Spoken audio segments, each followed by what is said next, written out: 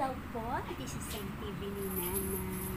Tayo po ay magpipintura ngayon. Ito ay kulay red. Pinturahan natin yung ano ni Nana. Yung kanyang pansamantalang kulungan.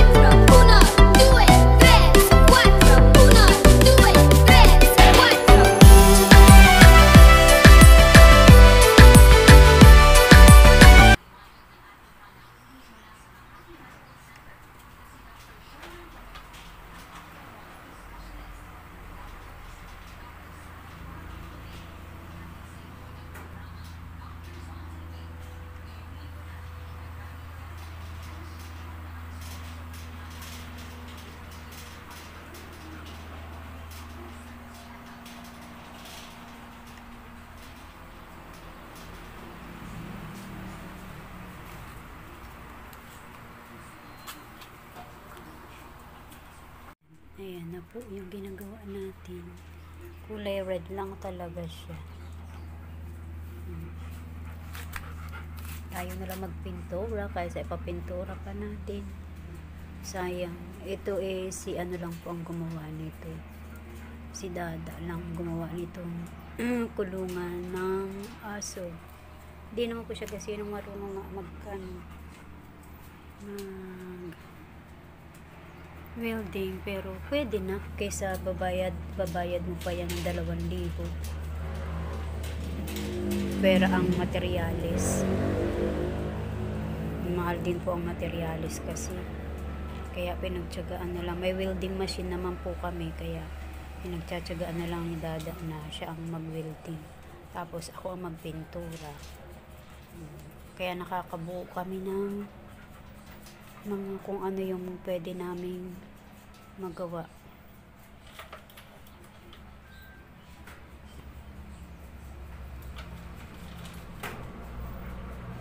Yung bubong nga po na nagawa niya din dito, ayan o.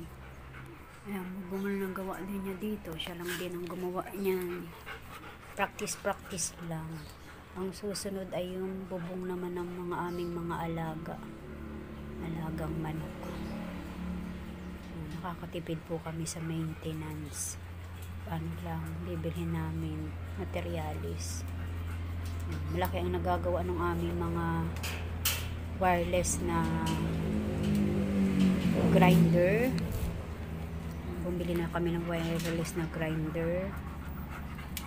Yung welding namin, hindi naman pwedeng wireless doon.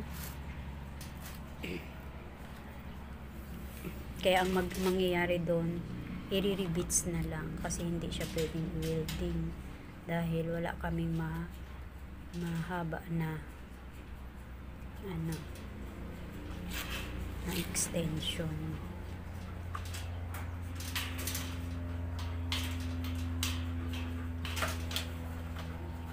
O diba, mapag-aaralan din talaga sa may mga gamit ka lang. Nakakabuo ka ng akala mo hindi mo kaya, pero napag-aaralan lahat ng bagay. Sabi nga ni Dada, lahat naman ng mga yan nag-umpisa sa practice lang hanggang sa na-master na nila. Nung na-master na nila yun, kontrata na sila.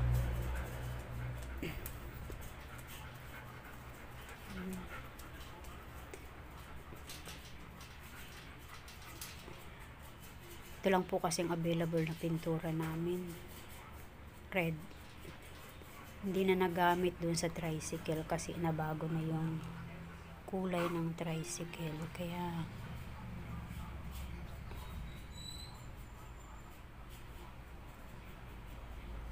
ito na lang pinintura ko dito.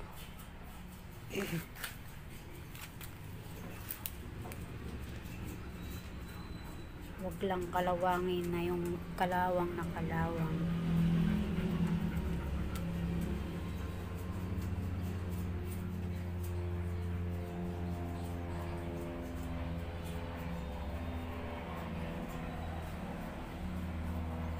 Dito sa banda dito, ito ang gagamitin ko dyan, kulay gray, para hindi naman puting pulang pula, para may combination siya.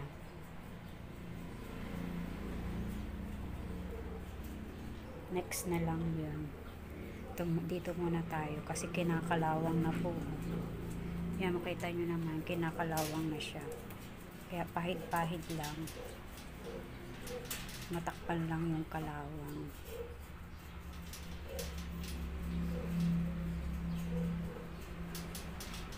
Yan, lahat ng ginawa namin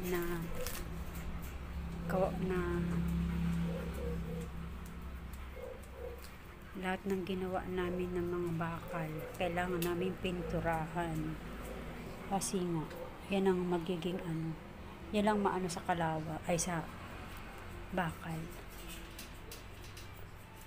Matibay naman po. It takes how many years, decades, sabi nga, pagbakal. Matibay kesa yung kesa yung ano,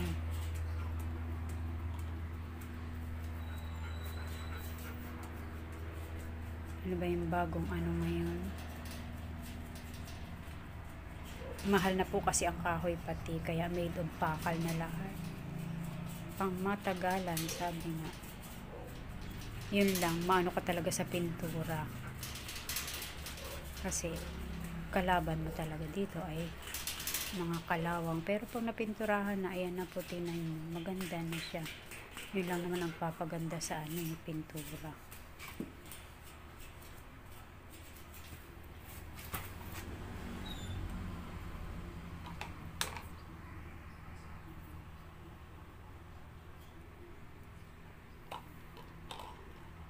Pintura lang naman ang nagpapaganda. Ayan. So, ayan. Nagawa na po natin yan. Second coating na lang ulit. Second coating na lang ulit.